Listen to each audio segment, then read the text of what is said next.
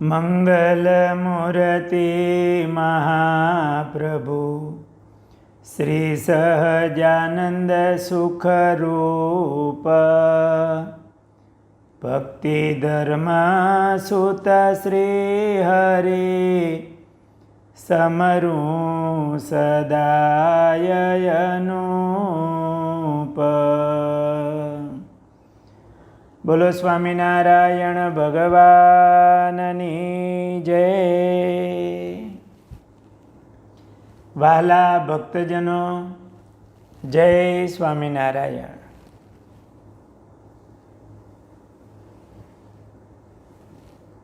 શ્રીજી મહારાજે નાજા જોગિયાની રક્ષા કરી. ભોંયરા ગામ મહારાજ પધારેલા. મહારાજ રાજી થયા અને કહ્યું, માગો મહારાજ, મને તમારી સેવામાં રાખો.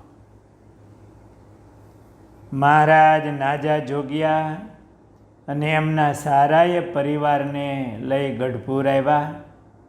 દાદા ખાચરને કહી મકાન અપાવ્યું અને સારો એ પરિવાર ગઢપુરમાં રહેતો.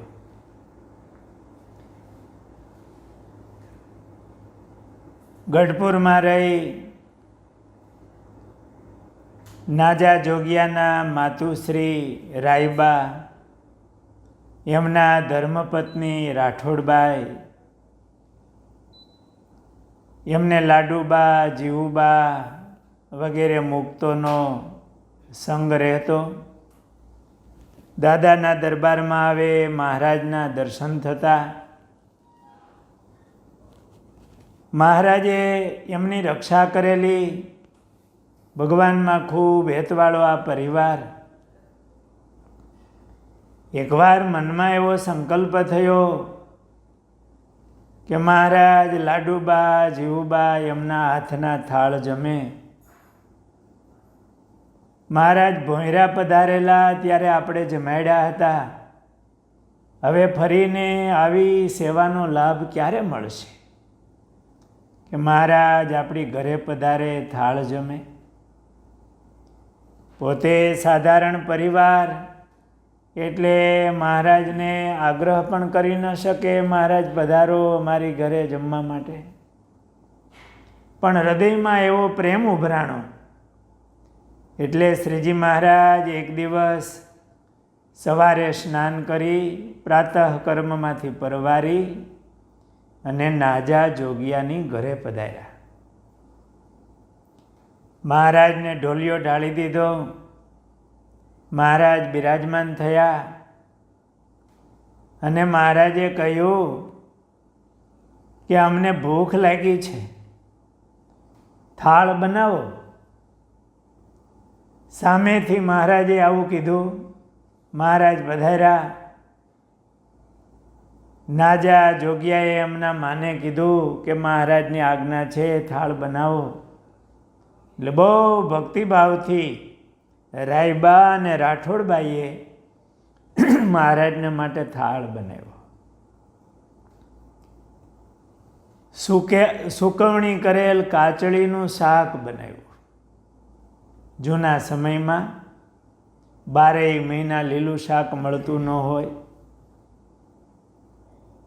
જ્યારે ચોમાસાનો ટાઈમ હોય ત્યારે શાકભાજી મળે.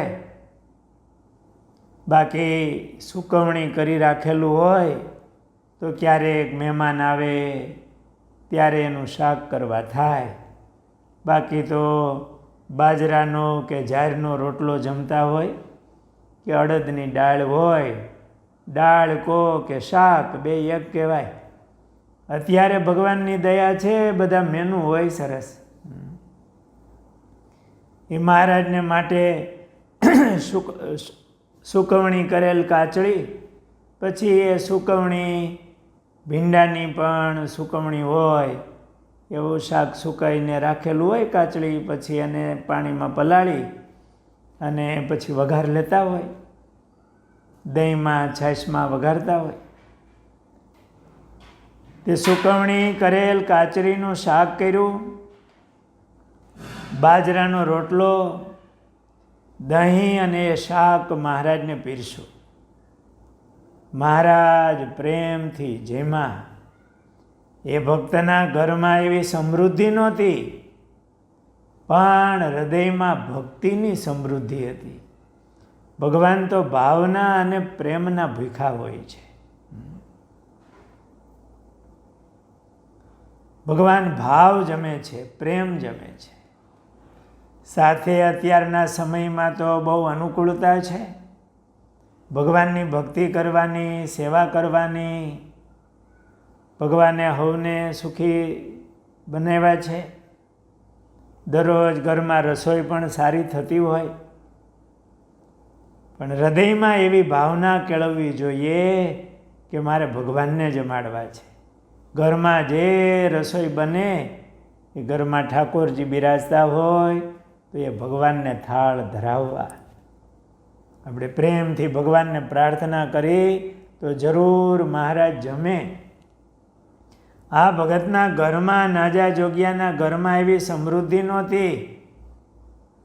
બીજું કોઈ મીઠાઈ કે ફરસાણ એવું બનાવવામાં ઘરમાં સગવડતા નહોતી. શાક ન હોય તો કાચળીનું, સુકવણી કરેલ કાચળીનું શાક બનાવ્યું હતું. પણ એનો પ્રેમ હતો ને એટલે મહારાજ જમવા પધાર્યા. ભગવાન તો પ્રેમના ભૂખા છે. મહારાજને બાજરાનો રોટલો, દહીં અને શાક પીરસ્યું. એ રાઠોડબાઈએ મહારાજને એવું કીધું, મહારાજ અમારા અંતરમાં ઈચ્છા હતી, ઘણા સમયે તમે પધાર્યા, ભોંયરા ગામ તમે પધાર્યા ત્યારે જમાડ્યા હતા. મહારાજ પ્રેમથી જેમાં અને પરિવારને પ્રસાદી મહારાજે આપી. પછી મહારાજ ઢોલીએ બિરાજમાન થયા હતા. નાજા જોગિયાના દીકરા દાસા જોગિયા એ મહારાજ પાસે ઢોલિયા નીચે બેઠા હતા હાથ જોડીને. મહારાજે દાસા જોગિયાને પૂછ્યું કે તમે અમને ઓળખો છો?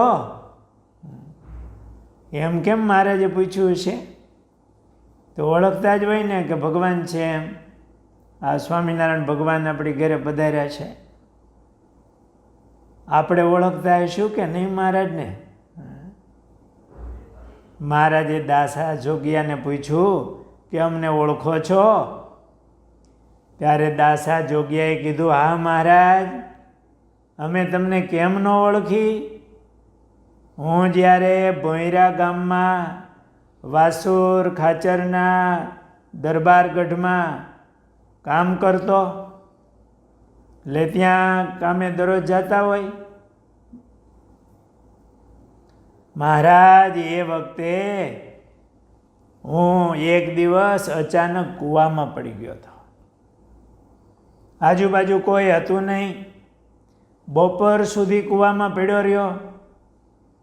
ત્યારે ત્યાં કૂવામાં તમોએ મને દિવ્ય દર્શન આપી અને બહાર કાઢ્યો તો. મહારાજ, મારી રક્ષા તમે કરી હતી, તેના તે તમે છો.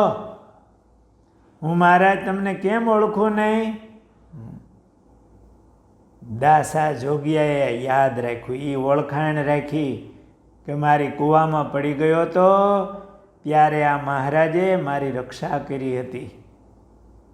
આપણા જીવનમાં ક્યારેક દુઃખ આવ્યું હોય, ભગવાને રક્ષા કરી હોય, કંઈ ભગવાનનો સુખનો અનુભવ થયો હોય, એમને ભૂલવા નહીં.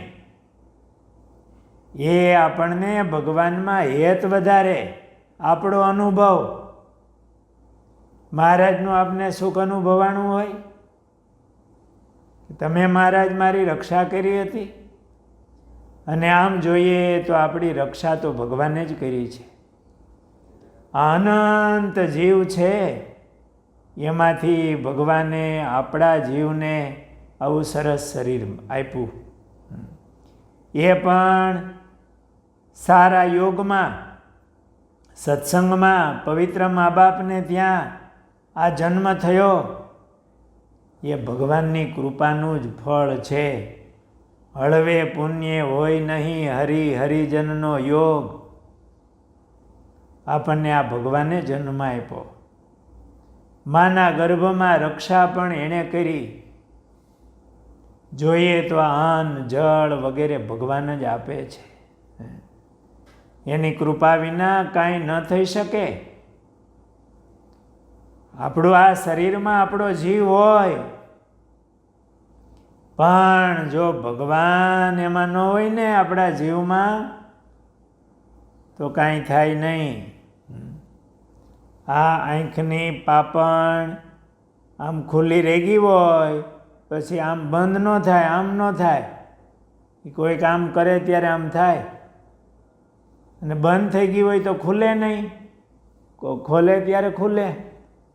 આપણું સામર્થ્ય તો એટલું છે કે આંખનું મટકુંય મરાય નહીં. એ તો ભગવાનની જ્ઞાન શક્તિ, ક્રિયા શક્તિ, ઈચ્છા શક્તિ, એનાથી આ શરીર ચાલે છે, આ બોલાય છે, સંભળાય છે. એ અન્નદાતા છે, આપણા પ્રાણના આધાર છે, એ આ મહારાજ છે. પણ આપણા જીવનમાં ક્યારેક આપણે ભગવાનને પ્રાર્થના કરી હોય, ભગવાનને સાંભળી હોય, એવી આપણને અનુભૂતિ થઈ હોય, ક્યારેક ભગવાને આપણી રક્ષા કરી હોય, એવા પ્રસંગો, એવી આપણી અનુભૂતિ, એ આપણને ભગવાનમાં હેત કરાવે. એને ભૂલી ન જવું. આ દાસા જોગ્યા એમણે કીધું, મહારાજ હું તમને કેમ ન ઓળખું? એ વાસુર ખાચરના ગઢમાં હું કામ કરતો, નોકરી કરતો, ત્યારે અચાનક એકવાર કૂવામાં પડી ગયો. બપોર સુધી એમને પડ્યો રહ્યો, તમને મેં સંભાળ્યા. કારણ કે દાસા જોગિયાના અંતરમાં એને એક પ્રતીતિ હતી, એમના પિતાશ્રીનો પ્રસંગ નાજા જોગિયાનો, કે મહારાજને પ્રાર્થના કરી. મહારાજ સવારે તો એની ઘરે પહોંચી ગયા અને એને ઢીચણ ભાંગી નાખવાના હતા, રક્ષા કરી હતી. એટલે જ્યારે કૂવામાં પડ્યા ત્યારે પણ કોઈ હતું નહીં, આધાર હતો નહીં. મહારાજને યાદ કર્યા હશે અને મહારાજે એમને દિવ્ય દર્શન આપ્યા. મહારાજ તમે મને કૂવામાંથી બહાર કાઢ્યો હતો, એ જ તમે છો મહારાજ, તમને કેમ ભૂલું?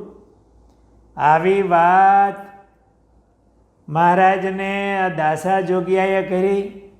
એ વાત સાંભળી અને મહારાજ બહુ રાજી થયા. આપણું ધ્યાન મહારાજ જ રાખે છે, પણ આપણે મહારાજને એવા જાણીને તો મહારાજ રાજી થાય. નિષ્કુળાનંદ સ્વામીએ એવું લખ્યું છે કે ભગવાને અનેક ઉપકારો આપણી ઉપર કર્યા છે, પણ આ જીવ ભૂલી જાય છે. ખેડૂ જુએ જો ખોળીને તો નવ વિસારે નાથ, મારે કડી ભૂલાઈ ગઈ. પણ નિષ્કુળાનંદ સ્વામીએ એ સરસ કીધું છે કે આ જીવ ભગવાનને ભૂલી જાય છે. ગુણાતીતાનંદ સ્વામીએ વાતોમાં લખ્યું, કેટલાક રૂપિયા દેતા આંખ કાન આદિક ઇન્દ્રિયો મળે નહીં, તે ભગવાનને આપ્યા છે. પણ જીવ કેવળ કૃતજ્ઞ છે, એ ભૂલી જાય. આંખ કેવી ભગવાને આપી કે આપને બધું દેખાય છે ને, એ ઇન્દ્રિયોના પ્રકાશક ભગવાન છે. આવા સરસ હાથ પગ ભગવાને આપ્યા છે. એટલે આ દાસા જોગિયાએ આવી વાત કરી, મહારાજ હું તમને શા માટે ઓળખું નહીં? તમે મારી કૂવામાં પડી ગયો ત્યારે રક્ષા કરી હતી, મને બહાર કાઢ્યો હતો. આવું સાંભળીને મહારાજ બહુ રાજી થયા એમની ઉપર. આ રીતે મહારાજે નાજા જોગિયાના આખા પરિવારની ખૂબ રક્ષા કરેલી, ખૂબ સુખ આપ્યું હતું. નાજા જોગિયા મહારાજની સેવામાં રહેતા, આખો પરિવાર મહારાજના દર્શન થાય, લાડુબા જીવબા વગેરેનો સત્સંગ થાય, એટલે આમ એને ખૂબ સત્સંગ ભજન કરતા. એમના માતુશ્રીનો જ્યારે અંતકાળ આવ્યો રાયબાનો, ત્યારે મહારાજે તેમને દર્શન આપી અને ધામમાં તેડી ગયા. પોતાની અખંડ સેવામાં અક્ષરધામમાં રાખ્યા. આ નાજા જોગિયાના માતુશ્રી ધામમાં પધાર્યા પછી એમના નાના ભાઈ રામ જોગિયા હતા, એ મોટા ઝીંઝાવદર રહેવા ગયા હતા. ત્યાર પછી નાજા જોગિયા મહારાજની સેવામાં સમર્પિત થયેલા. નિષ્કુળાનંદ સ્વામીએ આ નાજા જોગિયાના એમનું નામ એ ભક્ત ચિંતામણીમાં લખ્યું. એમના પ્રસંગો સાંભળીને કેવું મહારાજની એમણે સેવા કરી, મહારાજે એમની રક્ષા કરી. આ પ્રસંગો સાંભળી આપણા હૃદયમાં પણ મહારાજ પ્રત્યે પ્રેમ ભક્તિ એમની અભિવૃદ્ધિ થાય અને એમના જેવું સમર્પણ ભાવ આપણા જીવનમાં આવે. નાજા જોગિયાના આગળના પ્રસંગો આપણે આવતીકાલે કહેશું. સહજાનંદ સ્વામી મહારાજની